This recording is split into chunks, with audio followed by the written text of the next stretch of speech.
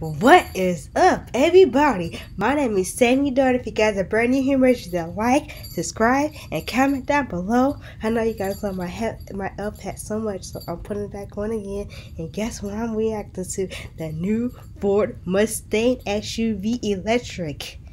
Let's get this video on the road. Let's go!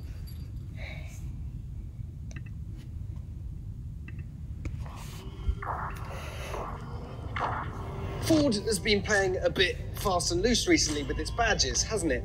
I refer, of course, to the Puma. Formerly a little terrier of a coupe, recently resurrected as yet another small SUV. And now there's this, an all-electric SUV with a Mustang badge on its nose. I like to have that in my car SUV. What you're looking at is the new Ford Mustang Mach-E. That's right, Ford has named a battery-powered SUV after the world's most famous muscle car. The Mach-E bit is a nod to the high-performance Mustang Mach-1 from the late 60s. It's Ford's first mass-market electric car, the first project from internal EV skunkworks known as Team Edison, and you can order your Mustang Mach-E now, but only through Ford's online portal with either rear-wheel drive or dual-motor four-wheel drive, and the choice of a 75 kilowatt-hour or a 99 kilowatt-hour battery pack. To save me reading out an endless list of numbers, here's a spit box for you to hit pause and peruse at your leisure. Got all that? Excellent. Just in case you didn't know, here's a bit of a breakdown. The cheapest one is the rear-wheel drive 75 kilowatt-hour model, which should cost from around 40 grand, but you still get 280 miles on the WLTP range, that is, and around 252 horsepower. The one with the claimed longest range is the rear-wheel drive model, but with the bigger battery. With that, you get 370 miles of range. The fastest one, that's the all-wheel drive model with the big battery. You get 332 horsepower there, 0 to 60 in 7 seconds. And the spangliest one isn't this is just an all-wheel drive version, but it's called the first edition. It's a limited run, and it gets all the options ladled on it. So stuff like unique grabber blue paint, full-length panoramic roof, a B&O sound system, 360-degree cameras, the lot. No prices for that one yet, but we suspect somewhere north of 50 grand. Which is all well and good, I hear you cry, but none of that, apart from perhaps the range before you have to fill up again, has anything remotely to do with a good old V8 powered Mustang. The link, of course, is in the way this thing looks. Okay, so we're going to do our design walk-around-y bit now, but before we do, I think it's worth just taking a moment and just taking in this car's overall design, because Mustang and SUV, they're two things that just shouldn't go together. It's like strawberries and balsamic vinegar. But it does, kind of works, doesn't it? It works. My first impression when I walked in here was it looks like a concept car, because you've got this bluff grille, you've got no door handles. It's smoother than a production car should be, isn't it? Anyway, let's look at the details, maybe work out why this car looks like it does. And the first thing is the face, unmistakably Mustang, right? But get a picture of the 2019 coupe out, and you'll see there are no actual carryover parts. 3 stripes in the headlight design, that's Mustang, of course. Narrow eyes. Oh, this is a bit of a giveaway, isn't it? Mustang badges. There are no Ford badges on this car. Apparently, they agonized over this one internally. Should it just be an inspired by Mustang SUV, or should it be a proper extension of the Mustang family? The thinking was, if you're proud of the car, if the car's good enough, go big or go home. And I think they've made the right decision here. That's obviously on the grille, so this is bluff. This whole thing could have just been flush, or it could have been fake mesh to make it look like a petrol-powered car, but none of those quite work. So what they did was this bluff grille to let you know it's an EV, but then inset it slightly, just hinting at a grille. I think it works quite nicely, doesn't it? And down here are the air intakes with the switchable flaps that you so often see on electric cars. Coming around the side. Wheels. Yep, these are 19-inch wheels. These are the biggest ones that you can get, for the moment at least. There's your charging port. Then we get to what is probably the defining feature of the Mustang Mach-E. That's the doors, the fact that there are no door handles. Obviously, there's aero benefits to that, but I can't think of another car that didn't have door handles cut into the sheet metal. The McLaren 12C, perhaps. I'm sure the internet's going to correct me on that. But here's how it works. So you hook up your phone to the car. You can use your phone as a key, or you have your key in the pocket. And as you approach the car, the door opens automatically by about 4 inches. I don't have my phone hooked up to the car, so I'm going to push this button instead. If I push that and the door comes out to meet you, you stick your fingers behind it and you open it up. Simple as that. You'll notice there's a little handle here. That's because in testing, some customers were a bit worried about getting their fingers in that gap there, so they've included the handle. And the rear door, exactly the same. Push this button here, the door comes out to meet you, stick your hand in, and you flick it open. Ford says it's actually a lot easier to open doors like that rather than having to pull a handle like this when you've got babies in one arm, laptops in the other arm, shopping hanging around your neck, who knows. Here's another thing, if your phone runs out of battery or you've lost your key, which let's face it is quite likely, then there are numbers. There's a keypad on the B pillar here, so you can use a 4-digit code to get into the car. And then once you're in there, you can put in another 4-digit code on the screen to start the thing up. Back to the design. Quite an interesting feature here. You'll notice the body colour comes down here. That gives you that lovely sloping, sweeping, coupe-like roof line. But the actual roof stays a bit higher. It separates away from the body colour. That gives you the practicality. That gives you the space inside. But in silhouette, you get the design. All right, coming around the back, what else can I tell you? Well, it's a bit of a square arse, isn't it? But there's a reason for that. You need this bluff rear end to keep the air attached down the side of the car for as long as possible, to reduce the turbulence, to maximise the range. What else have we got?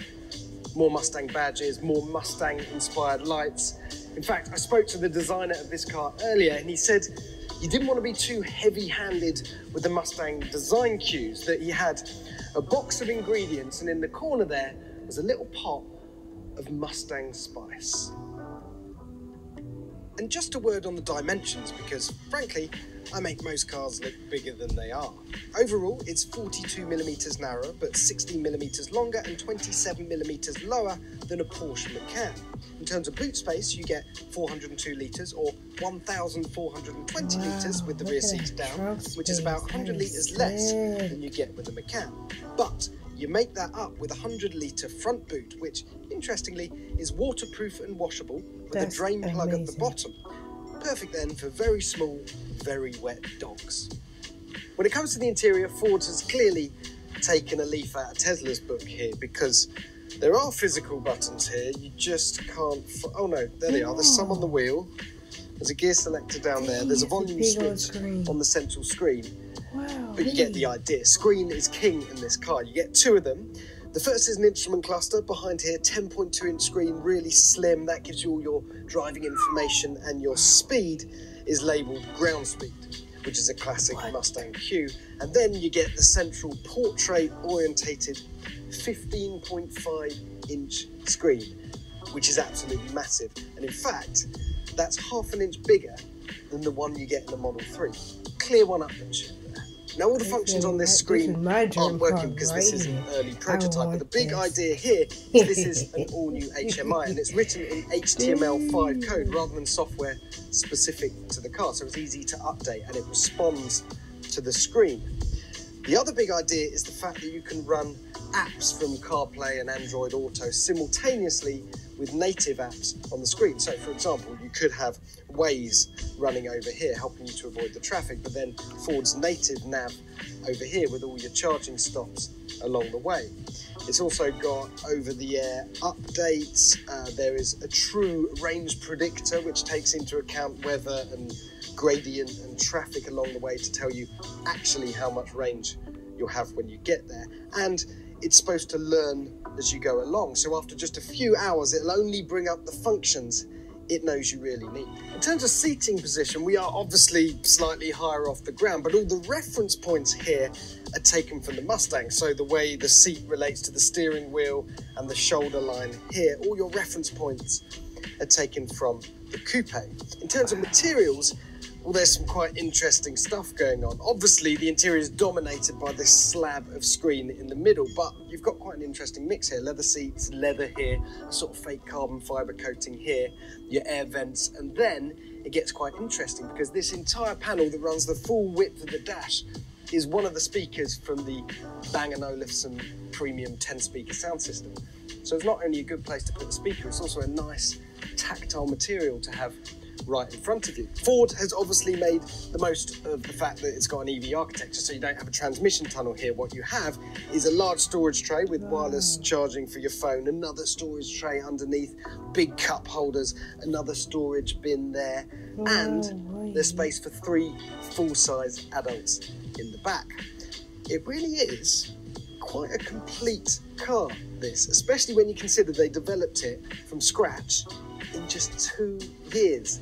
Okay, they did have an all-new EV platform ready to go. Even so, it's not just good, this car.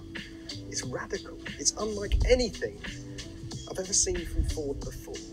And this is just the beginning of Ford's EV mission. It's already confirmed that Transit and F-150 EVs are imminent, while an even quicker GT version of the Mach-E will arrive in around 9 months' time.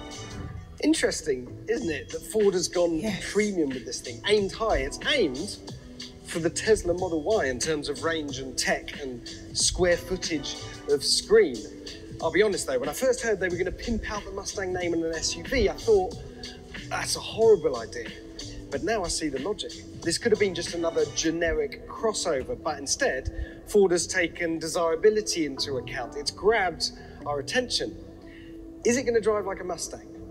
No, of course it's not, but that's missing the point, isn't it? If you're more into V8s and burnouts, well, don't fret. The original Mustang isn't going anywhere anytime soon.